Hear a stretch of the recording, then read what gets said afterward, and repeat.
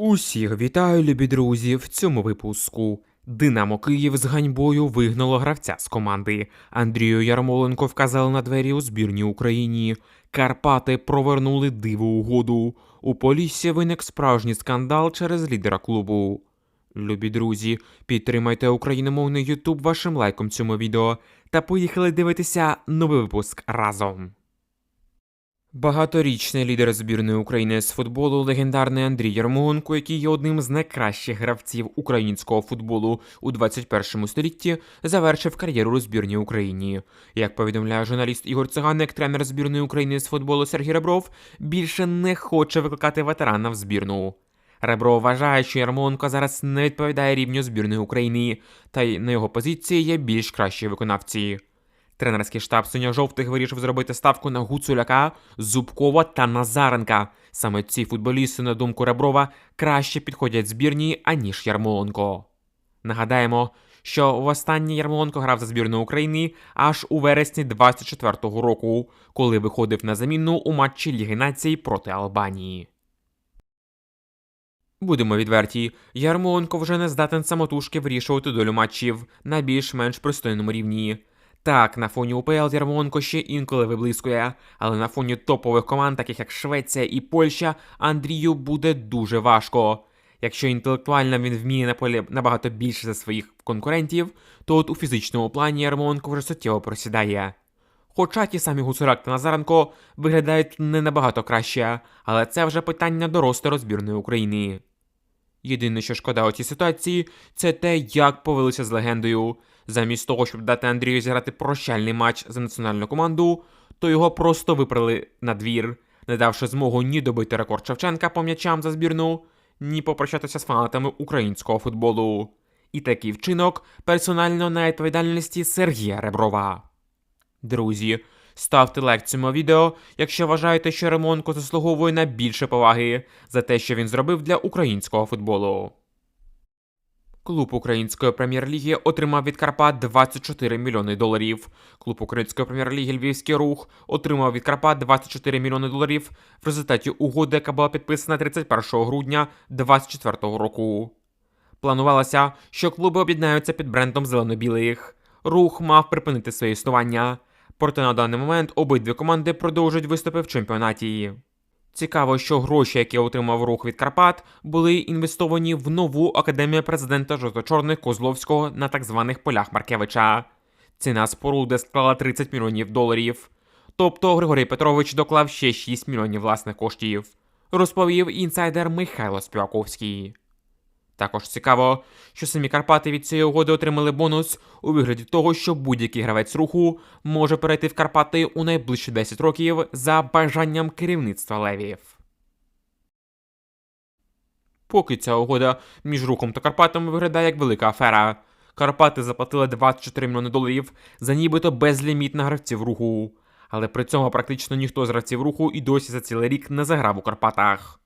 Краснопір непогано почав, але потім провалився і зараз покидає команду. Квасниця та Федор весь час сиділи на банці. Слюбика взагалі відпустили в Чехію. Лише Сич більш-менш став основним в Карпатах, і то весь час був травмований. А тому поки зиску з цієї угоди практично немає. Замість цього Карпати могли інвестувати ці 20 плюс мільйонів у якісних іноземних футболістів, запросивши їх в команду. З таким бюджетом Карпати цілком свої могли тягатися не тільки з Поліссям та ЛНЗ, але і з Динамо та навіть Шахтарем. Але неправильно потрачені кошти призвело до того, що зараз Карпати – це середняк українського футболу. І тепер керівництву зелено-білих доводиться лише сподіватися на те, що з приходом нового тренера Франа Фернандеса щось дійсно поміняється у клубі в кращу сторону. Колишній гравець збірної України покидає клуб із топового чемпіонату. Лівий захисник Страсбурга Едуард Соболь покине французький клуб, повідомляє видання «То-то таке». За інформацією джерела, 30-річний українець підпише контракт на 1,5 сезону з чеським Яблонцем, за який він вже грав у сезоні 2018-2019. Відзначимо, що у поточному сезоні гравець провів лише один матч за Страсбург. Футболіст не входив в плани тренерського штабу та в основному грав за дубль команди. Полісся підписало нападника молодіжної збірної України з футболу. Форвард Львівських Карпат Ігор Краснопір став гравцем Полісся. Підписання форварда Карпат Ігоря Краснопіра обійшлося Поліссю у $3 мільйони, повідомив Михайло Співаковський. За інформацією інсайдера, 10% від суми трансферу, тобто $300 тисяч, отримає попередній клуб нападника «Рух». Сторони оформили договір на 3,5 роки. Наставник житомирської команди Руслан Ротань раніше працював із гравцем у молодіжній та олімпійській збірних України. Цього сезону Краснопір забив лише 5 голів у 18 матчах. Втім, футболіст вважається одним із найперспективніших гравців з українським паспортом. Саме тому Руслан Ротань і запросив його до Житомира. У Поліссі трапився скандал, пов'язаний з капітаном клубу.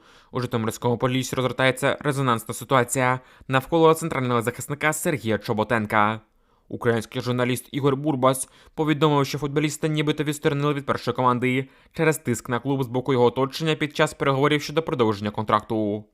Сам Чоботенко ці заяви категорично заперечує. Захисник наголосив, що тренується разом з основною командою та перебуває у робочому діалозі з керівництвом клубу щодо продовження контракту. Футболіст підтвердив, що знаходиться на клубній базі та бере участь у тренуваннях. І також планує вирушити з командою на збори. Водночас він утримався від коментарів щодо деталей нового контракту, назвавши їх внутрішніми трудовими питаннями. Втім, за даними видання Sport.ua, у клубі справді існує напруга.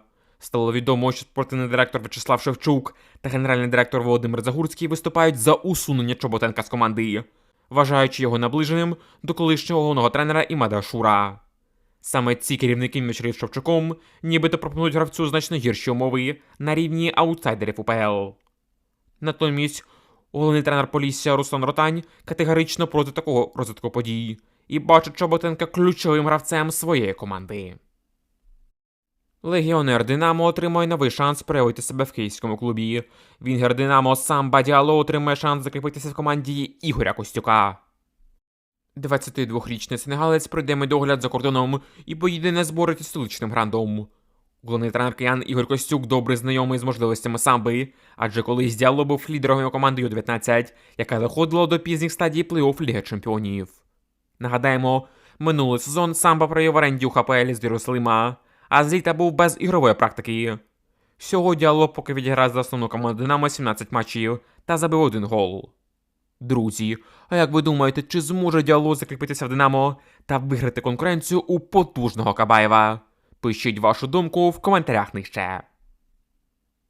Відомий гравець Динамо Київ з ганьбою покинув команду. Динамо офіційно оголосило про відхід центрального захисника Василя Буртника. 23-річний українець приєднався до київського клубу у вересні на правах оренди з Тернопільської Ниви.